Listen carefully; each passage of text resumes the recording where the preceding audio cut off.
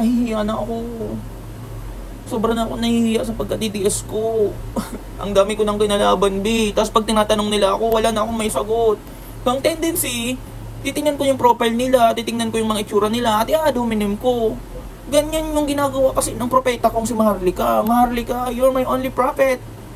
Ikaw yung propeta ko. Ganon. Alam nyo na ba na sinabihan ni Maharlika si NBI Director. Ano siya? Jaime Santiago, tama ba? Diyos ko, baka mapamali ba ako? Yes. Ganon lang naman, kasimple.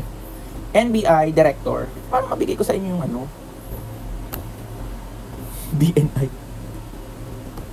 Ay ko. NBIB, mali-mali ah.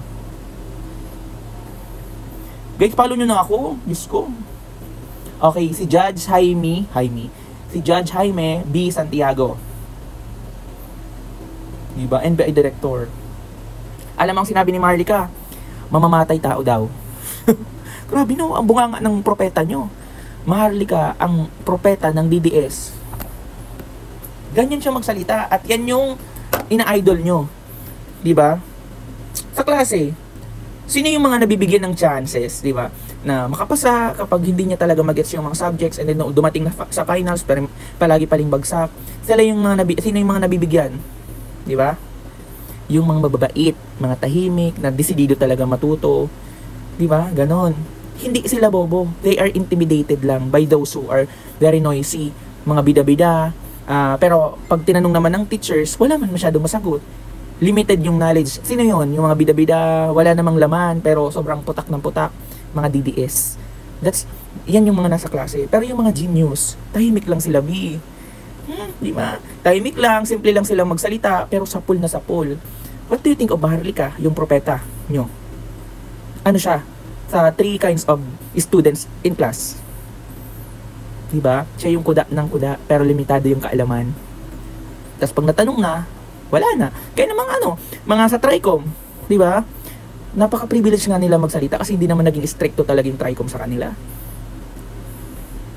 Isipin mo, pag DDS ka, alam mo na, assess mo yung sarili mo. How well you performed during your high school days and in elementary days. Ikaw yung laging maingay, B.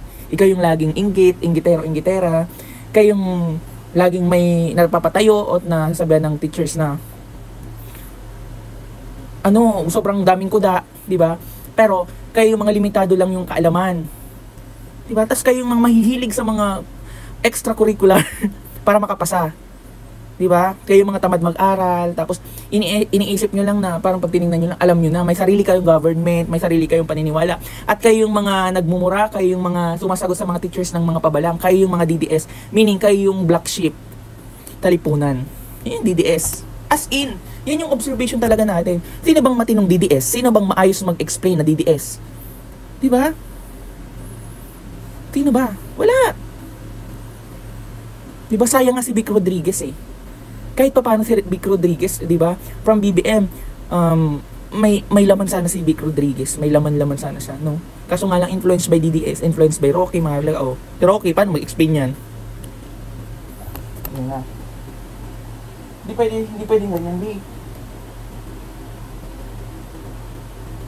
Anyway, ito na yung video na tinabihan ni Maharlikang mamamatay tao si At yan, di ba? Doon pa lang, sa dahig, sa US Embassy, nireport ko na yung pangdanakot mo at yan ay threat na pwede kang gumurgur ng tao dahil mamamatay tao ka naman, di ba? Oh my God. Gurgur mo.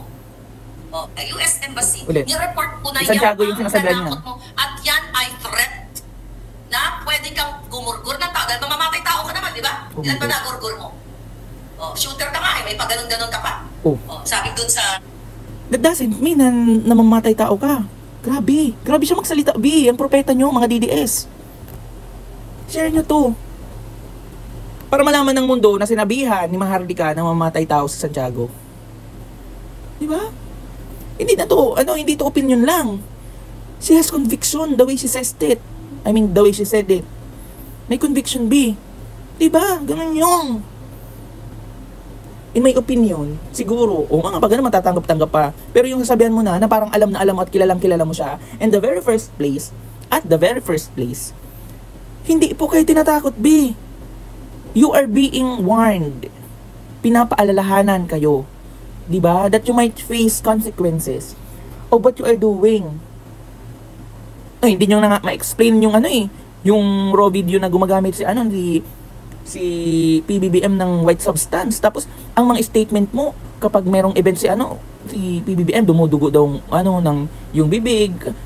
Diyos ko, nagkataon lang yun. There are a lot of people can experience the same thing.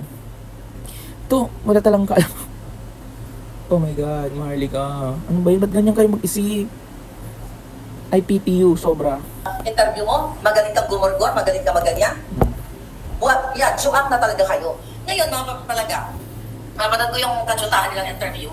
Nasabi nila doon, ako talaga pinatututunguhan nila. Diba? Galit na talaga sila, gigil sila sa alindog ko, na pag dumami na raw yung kaso na ipafile nila, na cyber libel, baka daw pwede silang makipag-ugnayan sa Amerika. Para what? Ipadukot ako.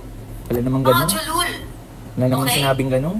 Hindi nyo ako mapapadukot ng legal kung, it's not legal, walang legal na dukot.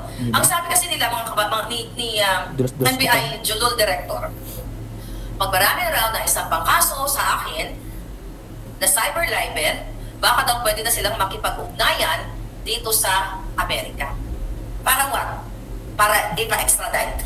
We have international law. Alam mo kung ano ibig sabihin ng extradition?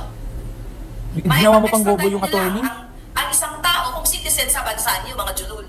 Wala siyang alam sa international law. Alright. Grabe siya, no?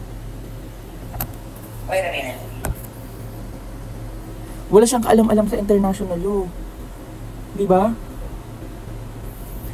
Okay, sa international law, guys, if there is same ruling or same law when it comes sa sa ibang bansa kasi, especially dito kay Maharlika, parang ano lang to, ang libel, I think lang yan, civil case. Sa atin kasi criminal. 'Di ba? Criminal case sa atin yung mga ganyan-ganyang bagay.